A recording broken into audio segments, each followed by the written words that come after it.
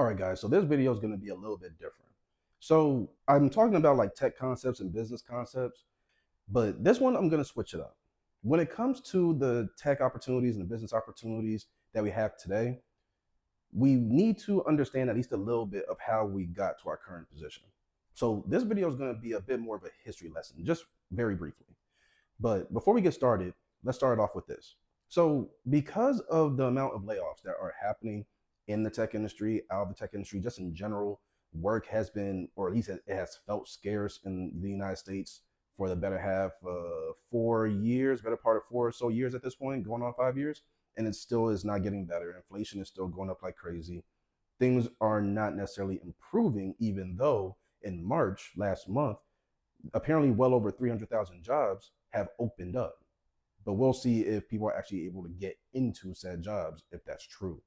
Now, what a lot of people are thinking, or what a lot of people are talking about on social media and otherwise, is this is where blue collar workers and trades are becoming superior because they're always going to work. Yeah, they may not be working remote and all the other comforts and luxuries of working in tech, like I get to work from home, but they usually don't have to stop working outside of maybe like natural disasters and things like that. And blue collar work is one, less expensive to get into in relation to 4 year college. I can attest to that. And then two, you gain hands-on experience while getting paid, even through like apprenticeships and things like that. I'm not saying it's an automatic win, but there's definitely a spotlight being shined on blue collar work right now. But here's the thing. As a Black American guy, blue collar work, not even a full century ago, maybe actually no, a little over a century ago at this point, was the name of the game for us. It was the name of the game for Black folks and people in general, but really Black Americans, for obvious reasons, if you know what was going on still in the early 1900s and before that, right? So we're going to touch on a pretty important moment in history for Black Americans, at least, called the Great Migration, to kind of piece together if we were able to take care of our homes, have families, have steady work and all this stuff, no college degrees and whatnot, even makes 5 to 6 figs, I believe, doing blue collar work in factories back in the day, almost or a little over a century ago. But now many of us are struggling to find corporate work. Well, my question for this video that I want to attempt to answer is what led to that 180? What led to us completely throwing blue collar work to the wayside and focusing on white collar and corporate work? To the point where, at least for Black Americans, if you look at blue collar workers, you automatically assume, one, they're not making money like that, and two, at least from women, from what I've been told, they're not the type of guys you want to be with. So what led to this, if this was the name of the game for us at some point? So let's go ahead and get started now. So the Great Migration was a long process. It wasn't quick. It started in around 1910 and fully completed in 1970, I believe. And during this time period, it basically was a migration. A whole bunch of Black Americans left the South to relocate to the Northeast and to the Midwest to work in factory jobs that were open for a couple of reasons. Before we get into those reasons, here are some of the cities that were flourishing, honestly, at the time of the Great Migration as a result of it.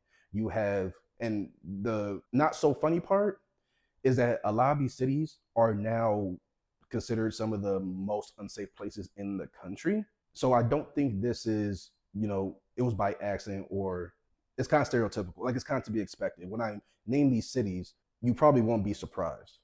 But some of the major cities that became hotspots for the Grand Migration and for Black individuals and Black families to relocate from the South to the Northeast and the Midwest were, of course, you had New York, you had Detroit, you had Philly, Cleveland, if I remember correctly, has a good amount of factories there.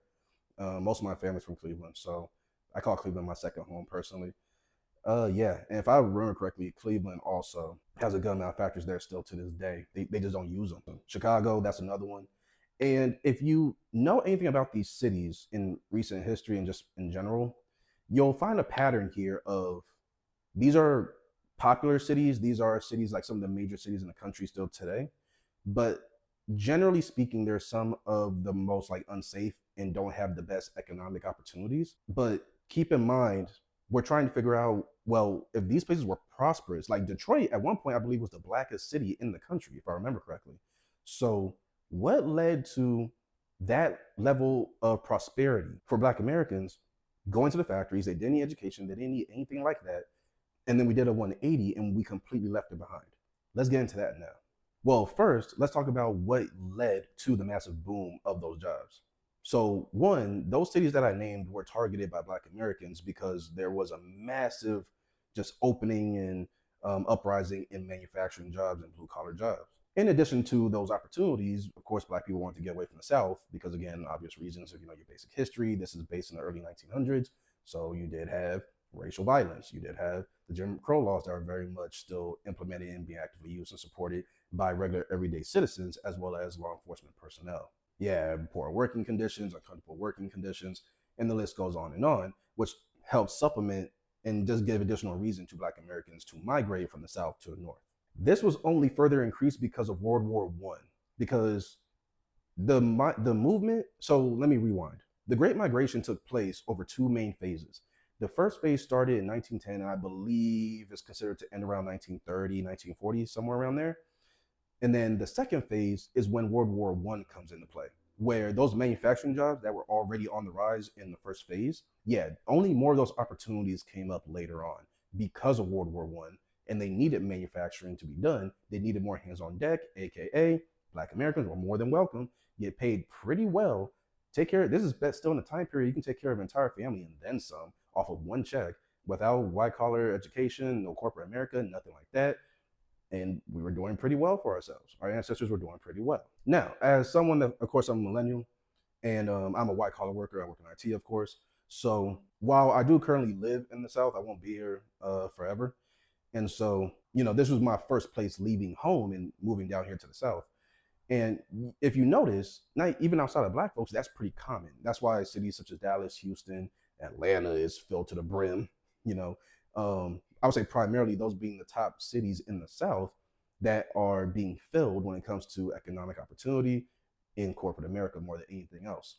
So you can say that the Great Migration is being flipped on its head, and this is becoming known as the New Migration, which is basically a reversal of the Great Migration, where we left the South and went to the North for a better economic opportunity, but now we're reversing it for the same reason, pretty much. Now, here's a key detail. This move, this new migration, is being led by people like me that are college students. We're former college students, whether you have a bachelor's, master's, PhD. It's mostly college educated Black Americans that are leading this move when you're paying attention to African Americans or Black Americans. So this tells me that at some point, Black Americans in general shifted their entire attention from blue collar work to white collar work. I don't know about you guys. It was never cleared up to me growing up why. So we're going to get some of those puzzle pieces just a little bit in this video. So let's get into that now. So let's do it like this. Let's go over some of the main detriments and problems that have arisen as a result of Black Americans leaving blue collar jobs all the way behind, to the point we have historically looked down on it in recent history, but it has not served us. So here's one. I think we put all our eggs in one basket, and that's never a good thing. No one is ever going to tell you to put your eggs in one basket and it's completely fine, right? Even if you're starting some side hustle or something like that, and you focus on that for months or years until it becomes its own stable thing, even then, the name of the game is to diversify at some point. Keeping your eggs in one basket across the board, short or long term, is never advice that people give. And yet, if you look at Black Americans, if you look at, I'm of Jamaican descent, so if you look at Caribbean folks as well, here you got African immigrants that came over here as well, and everyone's here for the same reason. Go to school. More so when it comes to immigrants. Black Americans, we tend not to push this, but immigrants push the STEM thing. But we're just just get a degree, period, point blank, and get a good job. You'll do good.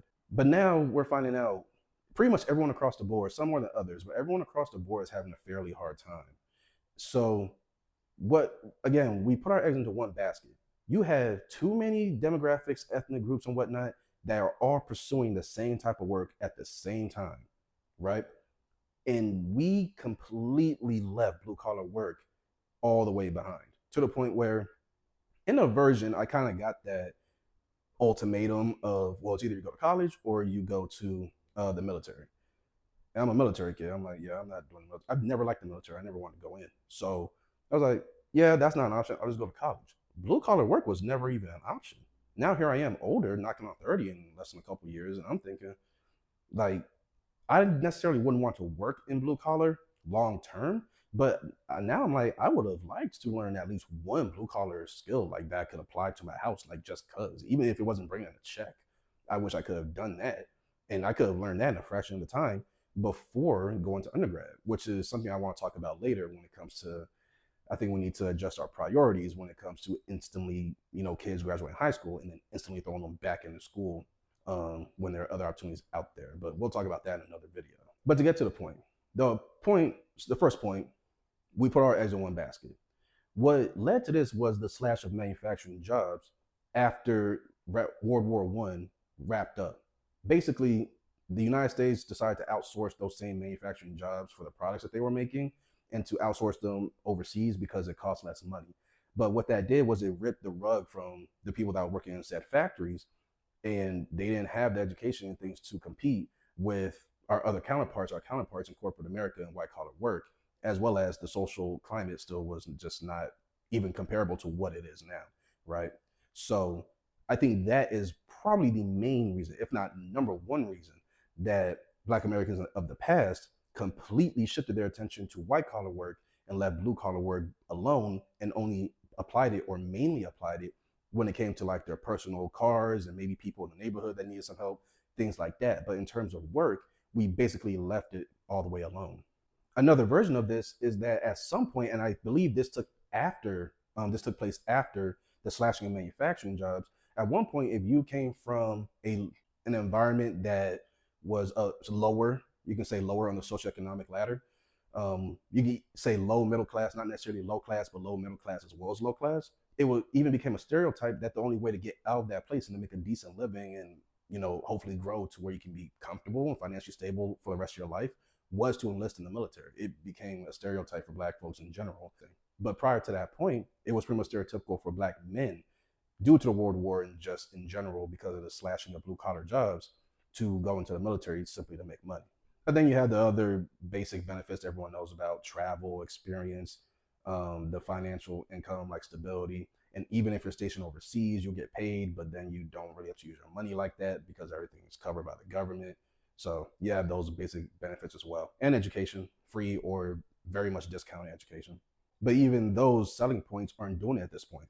As a result of that, you have a good amount of old heads coming out, even on social media and Twitter in particular, listing the different type of blue collar jobs that are available, because the old heads in those line of work, which apparently there are a good amount of them, they're leaving soon if they haven't left already. They're retiring. A lot of those guys are pretty old. So once the old heads of the blue collar world all retire, what seems like is going to be kind of like a tidal wave of that happening, there's going to be a lot of opportunity on the table, but we don't talk about it. So the idea, I think, or at least a better idea would be to get into maybe like painting, carpentry, things like that, electrician if you want to do that, and then transition to corporate America if you want to do that after the fact. And I think old has, from this point on, like now that we're having this discussion and this is being brought up on social media fairly often now, a little bit, it's still not all the way there, but I'm seeing it more and more these days. I think old heads should make it a point to be open to that instead of getting that ultimatum, military or school, and that's really it. We have a whole other avenue here. We may have other avenues we haven't explored yet or don't even know are there. So that's ultimately the root of it. We need to become more aware of opportunities in the world instead of just leaning on the stereotypical like two things that worked. We know the history, just the decent degree that we've talked about so far. We know the history of why our ancestors made that 180 and kind of left blue collar behind for the most part. Not like it completely went away, but again, this is not something that people were talking about heavily, at least my perspective growing up. It was something that more so you kind of just had to have a knack for it. Like I have a friend that has always worked on cars and things, but that was always his thing. The rest of our friend group, we had to learn, like I had to learn my basics about cars and things later because I just didn't have the desire to get under a hood and like to do that for a living. I just didn't. So outside of that, most people, guys in particular, are not just willy-nilly touching cars. So that, whether mechanic is another blue collar thing. So whether it's that for cars, again, you got carpentry and some other things. I think old heads, especially because they're retiring very soon, if they're not retiring already, need to make it a point to include that avenue when approaching young men, their sons and nephews, and being like, hey, if you still want to go to college, you can do that. But I think kind of in general, we need to shift that to be like, don't do that right after high school. Wait until you're like 20. Wait, if not later. And do something else. You make money fresh out the gate. You can make 5-6 figs doing blue collar stuff. That's that. And then you can transition. And that way, even if you went into Barbary first, you still can go to college and be like one of the dudes I went to college with, or a few of the guys I went to college with, that were cutting hair in their dorm rooms. And even then, because at that point, you don't have to do the stereotypical retail side job and then balance college with it. And then you're trying to do other extracurricular stuff as well to beef up your resume. Because all of this stuff takes priority. Like, it's not just, college is whatever. You got to work and make money, and then you can't do that right. And then everything else just goes down the toilet. Like, no, you need to balance all this stuff. This all has short and long term implications for you. That's the whole point. So when you got too many people coming out, like not knowing any and every avenue, you end up in a situation we're in now where, one, it's mainly out of our control due to the economy. No one person, no one group of people can put their hand on the economy and say, like, more jobs, bring more of these people in, and that's that. It's not, unfortunately, that simple. I wish it was, but it's not. But then the other part of it is we don't even know all the avenues. Even before the economy got this bad because of the pandemic, we still didn't have an idea of all of our options. So we need to reassess that part and introduce blue collar work to the younger generation of kids, like they're kids, and let them know like that's actually a thing. One, if you can, because I know kids are stubborn, proactively teach them so that they kind of just naturally pick it up over time, and they can charge for it willy nilly if they're in middle school, if they're in high school, especially if they're in college. And then from there, if they graduate high school and they haven't done anything with their hands yet, they haven't picked up no blue collar work, and if they're open to the thought, even go into painting. I've even asked a painter in 7-Eleven if it paid well. He's like, yeah, man, just painting, you can make great money. So even painting, you don't even have to do anything that's harmful. You don't have to risk your life like electricians. You don't need to risk your physical well-being like carpenters. You can just paint, and you can do that and you can make great money. But we need to explore those options first. The main way that I would recommend going the white collar route from start to finish and you don't touch blue collar at all is if you plan on going the doctor and lawyer route. And I know that plans change, but unless you are just so certain that you're gonna be a lawyer, you're gonna be a doctor, maybe you and your parents strike some deal that you can't back out of. Whatever that you do, unless you know that you're gonna go all the way through to become doctor level in terms of education and degrees, that's like the only reason I can see why you should immediately jump into college and prepare to go into the white collar world. Otherwise, if you're doing STEM, college is still beneficial. It depends on what you want to do with it, but ultimately, I think that can wait a little bit. If anything, that could actually be helped just a tad if you were to do blue collar work primarily when it comes to like electronics and mechanics and stuff like that, depending on what you want to do. Granted, I know Elon Musk, he's the only person I've heard say that when it comes to engineers in particular, he doesn't care about degrees. So as long as your skill set's good, that's really all that matters to him. But he's the only person I've heard spew that rhetoric. So I personally wouldn't bet on it, but hey, anything's possible, whether it's software engineering development or hardware engineering. Either way, it's all possible. But I think STEM is probably the only other reason to go straight into white collar. I think it still be supplemented by blue collar work, but white collar, I think that's also a good reason because depending on what type of engineering you're going after, and I'm speaking primarily to the engineering component of STEM, you're probably going to learn how to do things with your hands anyway, both in hardware and in software. So either way, I think you'll come out on top. But that's just my opinion on that. But yeah, guys, there was a video, a longer video than usual. I'll go ahead and leave it off there. Hopefully it made sense and it was informative. And yeah, hopefully that answered the question of, all these blue collar jobs are opening up. But how did we get to the point where we kind of just left that behind to begin with, to the point where we kind of need to ring the alarm and get people aware of those opportunities? So I'll go ahead and leave the video off here, guys. If you have any feedback for me, leave that for me in the comment section below. I'll see you guys in the next one. Later.